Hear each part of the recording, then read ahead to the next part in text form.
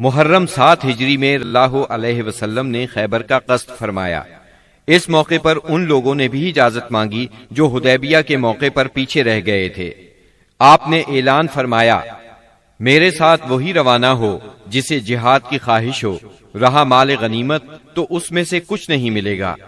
اس کے نتیجے میں آپ کے ساتھ بیت رضوان والے 1400 اصحاب ہی روانہ ہوئے۔ آپ نے مدینے کا انتظام سبا عرفتہ بن غفاری رضی اللہ عنہ کو سونپا، پھر خیبر جانے والے جانے پہچانے راستے پر چل پڑے۔ قریباً نصف راستہ طے کرنے کے بعد آپ نے ایک دوسرا راستہ اختیار فرمایا جو ملک شام کی جانب سے خیبر پہنچاتا تھا۔ اس سے آپ کا مقصد یہ تھا کہ یہودیوں کے لیے ملک شام کی طرف بھاگنے کا راستہ بند کر دیں۔ آپ نے سفر کی آخری رات خیبر کے پاس گزاری، مگر یہودی بے خبر رہے۔ پھر فجر کی نماز اندھیرے میں پڑھی اور سوار ہو کر خیبر کا رخ کیا۔ ادھر یہود بے خبری میں اپنے پھاوڑے اور ٹوکریاں وغیرہ لے کر اپنی زمینوں کی طرف نکلے۔ انہوں نے اچانک لشکر کو سامنے دیکھا تو چیختے ہوئے بھاگے۔ اللہ کی قسم، محمد لشکر سمیت آ گئے۔ نبی صلی اللہ علیہ وسلم نے فرمایا، اللہ اکبر، خیبر تباہ ہوا۔ جب ہم کسی قوم کے میدان میں اتر پڑتے ہیں تو ڈرائے ہوئے لوگوں کی صبح بری ہو جاتی ہے۔ خیبر مدینہ منورہ سے 171 کلومیٹر شمال میں واقع ہے۔ اس وقت اس کی آبادی 3 حصوں میں بٹی ہوئی تھی، ایک نطات، دوسرے قتیبہ اور تیسرے شق۔ نطات میں 3 قلعے تھے، حصن نائم، حصن صعب بن معاذ اور حصن قلعہ زبیر۔ شق میں 2 قلعے تھے، حصن ابی اور حصن نزار۔ اور قتیبہ میں 3 قلعے تھے، حصن قموس، حصن وتیح، حصن سلالم۔ ان کے علاوہ خیبر میں مزید قلعے اور گڑھیاں بھی تھیں، مگر وہ چھوٹی تھیں اور طاقت اور حفاظت میں ان کے ہم پلہ نہیں تھی۔ رسول اللہ صلی اللہ علیہ وسلم نے نطات کے قلعوں کے مشرق میں تیروں کی پہنچ سے دور پڑاؤ ڈالا اور حصن نائم کے محاصرے سے جنگ کا آغاز کیا۔ یہ بہت بلند، محفوظ اور مشکل چڑھائی والا قلعہ تھا اور یہود کی پہلی دفاعی لائن کی حیثیت رکھتا تھا۔ اسی میں ان کا شاہزور بہادر مرحب بھی تھا۔ یہ 1000 مردوں کے برابر مانا جاتا تھا۔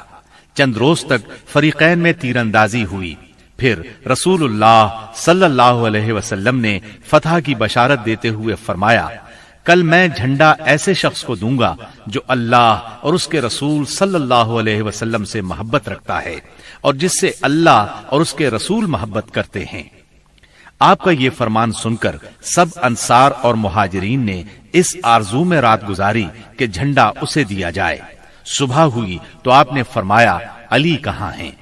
صحابہ کرام نے بتایا، ان کی آنکھ آئی ہوئی ہے۔ آپ نے انہیں بلا بھیجا، وہ لائے گئے۔ آپ نے ان کی آنکھوں میں لعاب دہن لگایا اور دعا فرمائی۔ وہ اسی وقت شفا یاب ہو گئے، گویا انہیں کوئی تکلیف تھی ہی نہیں۔ پھر انہیں جھنڈا دیا اور فرمایا، جنگ سے پہلے انہیں اسلام کی دعوت دو۔ ادھر یہود نے اپنی عورتیں اور بچے شق کے قلعے میں بھیج دیے تھے اور اس صبح طے کیا تھا کہ کھلے میدان میں جنگ کریں گے۔ چنانچہ جب سیدنا علی رضی اللہ عنہ ان کے پاس پہنچے تو انہیں جنگ کے لیے تیار پایا۔ آپ نے انہیں اسلام کی دعوت دی، انہوں نے صاف انکار کر دیا۔ مرحب نے فخر اور غرور سے تلوار لہرائی اور دعوت مبارزت دی، یعنی اپنے مقابلے میں کسی کو بھی آنے کے لیے للکارا۔ اس نے یہ شعر پڑھا، قد علمت خیبر انی مرحب، شاک السلاح بطل مجرب، اذا الحروب اقبلت تلہب۔ یعنی خیبر جانتا ہے کہ میں مرحب ہوں، ہتھیار پوش، بہادر اور تجربہ کار، جب جنگ و پیکار شعلہ زن ہو۔ اس کے مقابلے میں سیدنا عامر بن اقوا رضی اللہ عنہ نمودار ہوئے۔ وہ کہہ رہے تھے، قد علمت خیبر انی عامر، شاک السلاح بطل مغامر۔ یعنی خیبر جانتا ہے میں عامر ہوں، ہتھیار پوش، شہزور اور جنگجو۔ پھر دونوں نے ایک دوسرے پر وار کیا۔ مرحب کی تلوار سیدنا عامر کی ڈھال میں پھنس گئی۔ انہوں نے چاہا کہ اپنی تلوار اس کی پنڈلی پر ماریں، لیکن ان کی تلوار چھوٹی تھی، اس کی پنڈلی تک پہنچنے کی بجائے پلٹ کر خود ان کے گھٹنے میں آ لگی۔ بعد میں انہوں نے اسی چوٹ سے انتقال کیا۔ نبی صلی اللہ علیہ وسلم نے سیدنا عامر کے بارے میں فرمایا، ان کے لیے دگنا اجر ہے، وہ بڑے جانباز مجاہد تھے، کم ہی ان جیسا کوئی عرب روئے زمین پر چلا ہوگا۔ سیدنا عامر رضی اللہ عنہ کے زخمی ہو جانے پر سیدنا علی رضی اللہ عنہ مرحب کے مقابلے پر آئے۔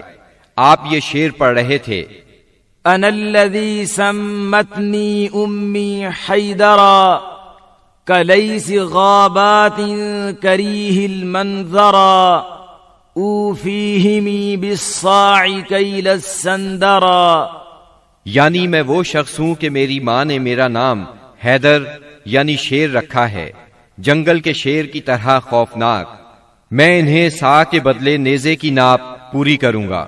اس کے بعد مرحب کے سر پر تلوار کا ایسا وار کیا کہ وہ وہیں ڈھیر ہو گیا۔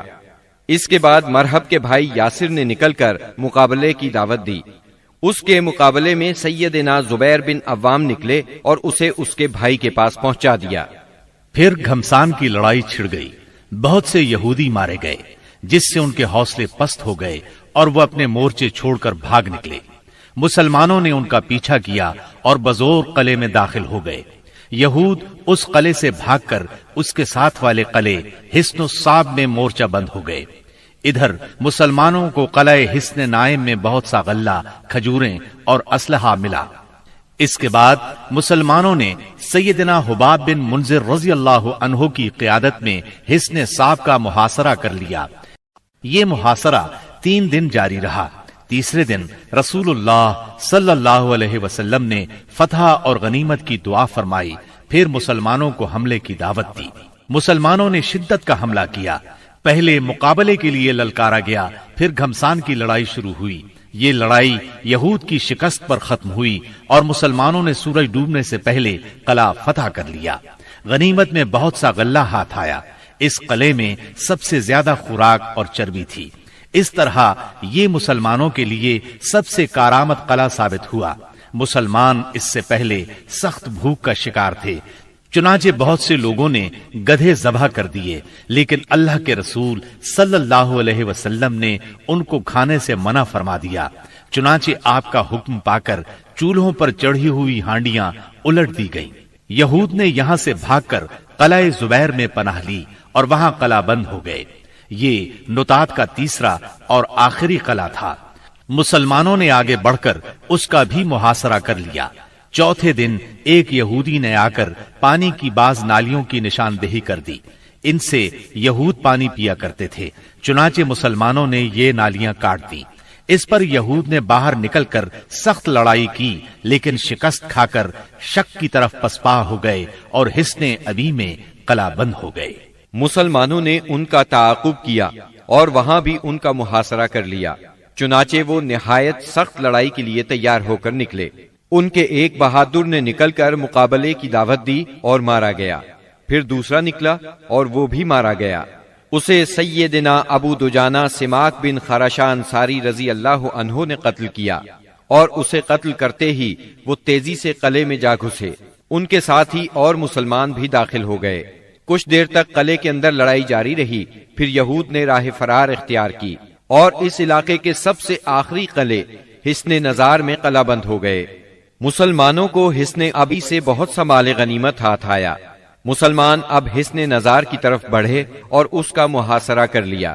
یہ قلعہ پہاڑ کی چوٹی پر تھا اور وہاں پہنچنے کی کوئی صورت نہیں تھی۔ یہودیوں نے یہاں اپنی حفاظت کا زبردست انتظام کر رکھا تھا۔ انہیں یقین تھا کہ اس قلعے میں مسلمان داخل نہیں ہو سکیں گے، اس لیے انہوں نے اس قلعے میں عورتوں اور بچوں سمیت قیام کیا۔ تیر اور پتھر برسا کر سخت جوابی کارروائی کی۔ جواب میں مسلمانوں نے بھی منجنیق نصب کر کے اس قلعے پر پتھروں کی بارش شروع کر دی۔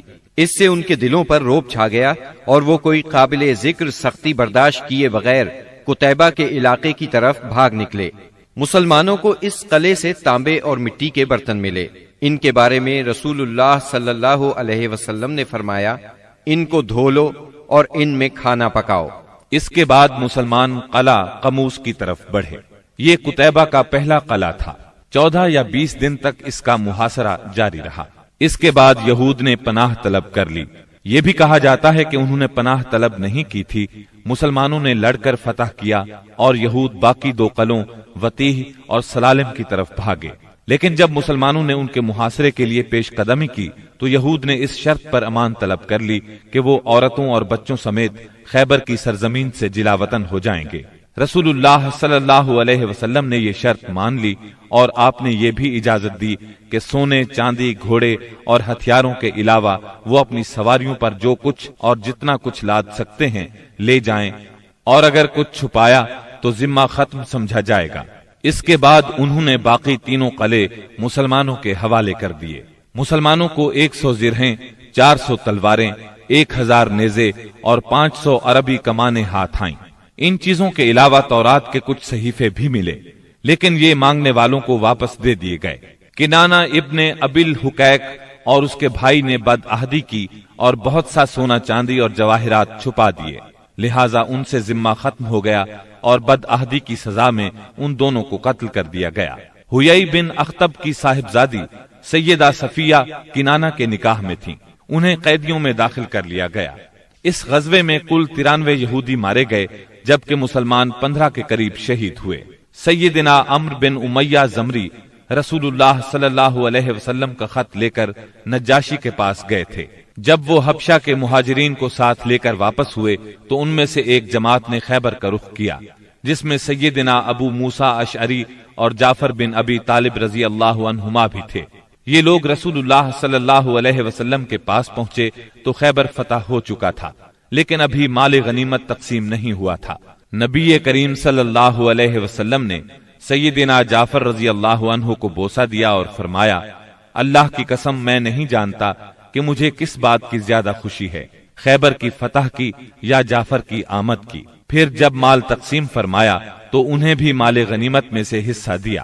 سیدہ صفیہ بنت حیی بن اخطب کو جب قیدیوں میں شامل کیا گیا تو انہیں رسول اللہ صلی اللہ علیہ وسلم کی اجازت سے دحیہ بن خلیفہ کلبی رضی اللہ عنہ نے لے لیا، لیکن صحابہ کرام نے آ کر عرض کیا، اے اللہ کے رسول صلی اللہ علیہ وسلم، صفیہ صرف آپ کے شایان شان ہیں، وہ بنو قریظہ اور بنو نذیر کی سردار ہیں۔ اس پر رسول اللہ صلی اللہ علیہ وسلم نے انہیں بلایا اور اسلام کی دعوت دی۔ انہوں نے اسلام قبول کیا۔ اس پر آپ نے انہیں آزاد کر دیا، انہیں نکاح کی پیشکش کی۔ ان کے منظور کرنے پر آپ نے ان سے شادی کر لی اور ان کی آزادی ہی کو ان کا مہر قرار دیا اور انہیں عورتوں کے حوالے کر دیا۔ جب خیبر اور وادی القرا فتح ہو گئے، فدق اور تیما کے باشندوں نے اطاعت قبول کر لی تو آپ نے مدینہ واپسی کی راہ اختیار فرمائی۔ راستے میں سیدہ صفیہ رضی اللہ عنہا کی رخصتی عمل میں آئی۔ دوسری صبح آپ نے کھجور، گھی اور پنیر کا ولیمہ کھلایا اور 3 روز شب عروسی کے طور پر ان کے ساتھ قیام فرمایا، پھر روانہ ہوئے۔ سفر 7 ہجری کے آخر یا ربیع الاول 7 ہجری کے اوائل میں مدینہ منورہ تشریف لائے۔ خیبر سے مدینہ آ کر رسول اللہ صلی اللہ علیہ وسلم مطمئن ہو گئے تھے کہ اطلاع ملی بنو انمار، ثعلبہ اور محارب کے بدو جمع ہو رہے ہیں۔ آپ نے مدینہ منورہ کا انتظام سیدنا عثمان بن عفان رضی اللہ عنہ کو سونپا، 700 صحابہ کو ساتھ لیا اور 2 دن کے فاصلے پر واقع مقام نخل کا رخ کیا۔ وہاں بنو غطفان کی ایک جمعیت سے آمنا سامنا ہوا۔ دونوں فریق ایک دوسرے کے سامنے آئے لیکن جنگ نہ ہوئی۔ نماز کی اقامت ہوئی تو نبی صلی اللہ علیہ وسلم نے مسلمانوں کو صلاۃ خوف پڑھائی، یعنی پہلے ایک گروہ کو 2 رکعت نماز پڑھائی، پھر وہ لوگ پیچھے چلے گئے تو دوسرے گروہ کو 2 رکعت نماز پڑھائی۔ اس طرح آپ کی 4 رکعت نماز ہوئی اور لشکر کی 2 رکعت۔ یہی صلاۃ خوف ہے۔ اس کی اور بھی کئی صورتیں ہیں، احادیث میں وضاحت موجود ہے۔ پھر اللہ نے دشمن کے دل میں مسلمانوں کا رعب بٹھا دیا، وہ منتشر ہو گئے اور رسول اللہ صلی اللہ علیہ وسلم مدینہ منورہ لوٹ آئے۔ اس غزوے کا نام اس لیے ذات الرقاع پڑا کہ اس سفر میں پیدل چلنے کی وجہ سے مسلمانوں کے پاؤں زخمی ہو گئے تھے۔ انہوں نے زخمی پیروں پر چیتھڑے لپیٹ لیے تھے۔ چیتھڑوں کو عربی میں رقاع کہتے ہیں۔ یہ بھی کہا جاتا ہے کہ اس کی زمین اور پہاڑ مختلف رنگ کے تھے، گویا کہ وہ رقاع یعنی پیون تھے اور کہا جاتا ہے کہ غزوے کی جگہ کا نام ہی یہی ہے۔